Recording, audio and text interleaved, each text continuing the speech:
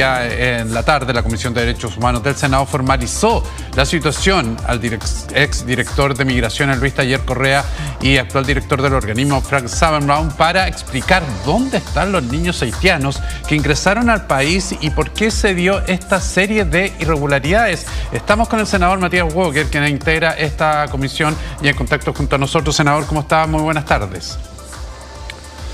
Muy buenas tardes, Cristian. Senador, antes de entrar a conocer las citaciones, lo que se busca con aquello, de inmediato surge la pregunta de cómo fue posible que ocurriera una situación de tal característica. El ingreso, por una parte, no haber chequeado correctamente, y por otra, ¿cómo es posible que hoy día, cuando se trate de ubicar a estos menores, no se tenga, en la mayoría de los casos, antecedentes de su paradero? Bueno, efectivamente la situación es gravísima. Esto se inició con una fiscalización en abril del año 2025 por parte del diputado de la región de Coquimbo, Juan Manuel Fuenzalía, quien ofició al exdirector de Extranjería porque ya en ese entonces existían dudas respecto del paradero de algunos de estos niños. Se hablaba de 98 niños. Incluso hoy día el fiscal anticorrupción, el fiscal Campos, habló de más de 200 casos. Por eso es que acordamos en la Comisión de Derechos Humanos del Senado invitar el día de mañana al actual director del Servicio de Migración, Frank Sabenbaum, al ex director Luis Eduardo Taller, también a la Policía de Investigaciones y por supuesto también a la Dirección General de Aeronáutica Civil, porque es fundamental determinar dónde están estos niños haitianos, cuál es su paradero, si efectivamente fue lícito o no que se recurriera a la figura de la reunificación familiar que está contemplada en la ley de migraciones, quiénes eran los adultos responsables a cargo de estos niños. Si se chequeó esa información en el país de origen o si se hizo también al producirse el ingreso a nuestro país de estos niños con estos adultos, si había un vínculo de parentesco o no, si los adultos que acompañaban a estos niños tenían una habilitación legal, un permiso para poder hacerlo, y lo más importante, ¿dónde están estos niños haitianos y bajo qué condiciones? Exactamente, porque bueno, acá ya se está hablando de la posibilidad de alguna red de trata de personas, una situación muy compleja con respecto a esa condición de los menores. Pero, senador, nuevamente desde lo que a lo mejor muchas personas viven cuando salen con un niño, cuando ingresan, cuando le piden documentación, cuando sale una madre y no el padre, o viceversa, hay una serie de documentos que hay que presentar. Acá, ¿qué es lo que falla? ¿Dónde está el control migratorio? ¿Dónde está también el chequeo correspondiente para el ingreso de esos niños? ¿Hay alguna forma o algún mecanismo especial cuando se producen situaciones como esta, con justificaciones como la de reunificación familiar, que permite que haya algún punto ciego dentro de la entrada y no saber dónde están y no saber cuántos son los que ingresaron y cómo ingresaron? Eso es lo que no debiera ocurrir, ni al momento de que se embarcan estos niños en Haití, ni desde el momento que ingresan al territorio nacional, ya sea en vuelos tradicionales, comerciales de aerolíneas, que en algún momento el propio Servicio Nacional de Migración pidió suspender, o ya sea en vuelos charter. Se supone que hay un triple control, y efectivamente, cuando nosotros hemos viajado con nuestros hijos, nos piden no solamente la cédula de identidad, el pasaporte, claro, el permiso notarial, en caso que viajen con uno de los padres, libreta de familia. Exacto. Para poder acreditar el vínculo familiar y que la persona que está otorgando la autorización, en este caso el otro padre, efectivamente esté habilitando la salida al país. Entonces, que de acuerdo a este preinforme de Contraloría, originado a raíz de un oficio de fiscalización del diputado Fuenzalía en abril del año 2025, se hable de 98 menores con paradero desconocido o sin un rastro claro, o sin claridad respecto de las circunstancias, el registro de quiénes eran esos adultos que lo acompañaron, da pie obviamente a esta investigación que lidera el fiscal Campos, pero también yo diría que lo más importante, más allá de las responsabilidades administrativas o penales, porque esto está tipificado como delito, tanto la trata de personas como el tráfico de migrantes, lo más importante es ver y tener la tranquilidad de que hoy día estén ubicados esos niños y que estén bajo condiciones seguras. Usted preguntaba correctamente quién es la entidad que tiene que fiscalizar.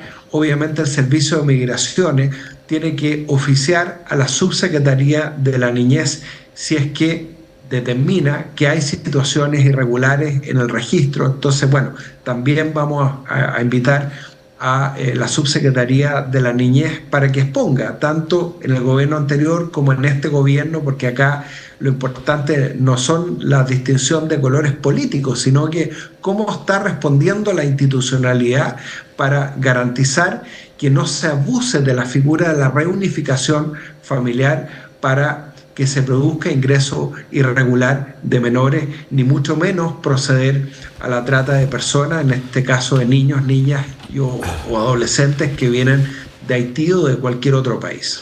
¿Hay alguna responsabilidad, senador, por parte de la PDI? Me refiero por el control migratorio que ellos hacen. Bueno, precisamente por eso hemos resuelto invitar al director general de la Policía de Investigaciones. Yo no quiero adelantar juicios, pero precisamente, y además hay una comisión investigadora en la Cámara de Diputados, es muy importante que la PDI pueda esclarecer cuál es su participación en estos procedimientos.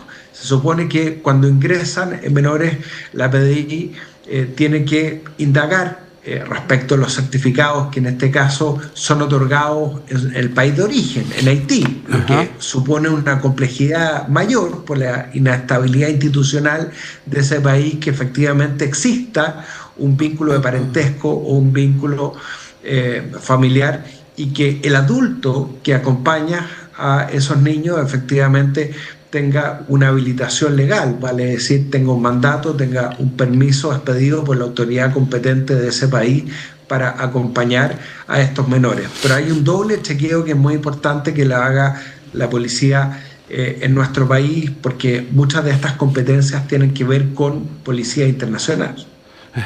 Ahora, senador, lo acaba de anunciar el fiscal nacional de oficio, abren una investigación, van a ver si hay alguna vinculación de esto con lo que lleva la Fiscalía Centro Norte también, con otras denuncias. ¿Se llega a tiempo con esta investigación o se llega tarde? Yo creo que se está llegando tarde, porque el primer oficio lo envió el diputado Fuenzalía en abril del año 2025. Recién se responde a ese oficio por parte del Servicio Nacional de Migraciones en julio o agosto de ese mismo año. Y recién hoy día, a partir de una investigación de Radio Bio Bio, es que se da a conocer este preinforme de Contraloría. Yo creo que efectivamente, para tranquilidad de todos, es muy importante indagar esta situación. ¿Por qué lo está indagando el fiscal anticorrupción? Porque quiere determinar si hay o no eventual corrupción de funcionarios públicos en el ejercicio de la fiscalización que tienen que hacer. Nosotros tenemos una ley de garantías de la infancia que ha elevado a estándares internacionales los derechos de los niños, niñas y adolescentes. La Defensoría de la Niñez tiene mucho que decir al respecto también. Claro, y hoy día, senador, bueno, usted integra esta comisión, los derechos humanos de esos niños, de esos menores, ¿cómo hoy día, con la celeridad que esto necesita, conlleva, cómo se protegen hoy día? Bueno, por lo mismo hemos pedido que esta investigación se haga en el marco y la comparecencia el día de mañana de estas instituciones del trabajo de la Comisión de Derechos Humanos, porque hay una responsabilidad del Estado.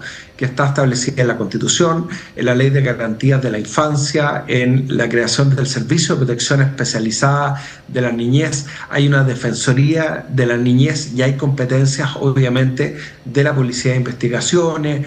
Hoy día yo leía que el exdirector del Servicio de Migraciones, Luis Eduardo Taller, decía que la Dirección General de Aeronáutica Civil tiene mucho que decir también.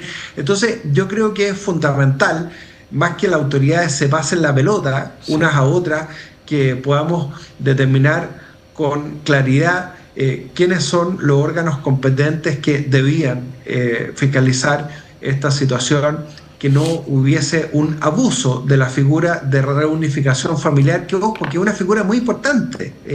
Y no es que haya que terminar con la reunificación familiar, que es una figura muy importante, reconocida internacionalmente, precisamente para proteger los derechos de los niños de estar con su familia, de estar con sus progenitores. Por eso se llama reunificación familiar. El problema es cuando se abusa de la figura de reunificación familiar y eventualmente podemos estar en presencia de delitos de trata de personas, de trata de menores de edad, y eso es lo que está investigando el Ministerio Público. Claro, porque hay casos sorprendentes como bajo esta justificación de reunificación familiar, hay una persona, dice el informe, lo dice también el reportaje Bio Bio, que había muerto con anterioridad, un mes antes de que este niño entrara. Entonces, la verdad es que las debilidades del control migratorio, los registros incompletos, bueno, y la serie de falencias son bastante evidentes, así que esperemos que prontamente haya resultado con respecto a esos antecedentes que se vayan entregando y a todas estas dudas que surgen, obviamente, en relación a este caso, a estos casos que, de acuerdo también a distintas autoridades, podrían incluso ser más. Senador Walker, muchísimas gracias por estos minutos junto a nosotros, que le vaya muy bien. Muchas gracias, Cristian. Muy buenas tardes. Muy buenas tardes.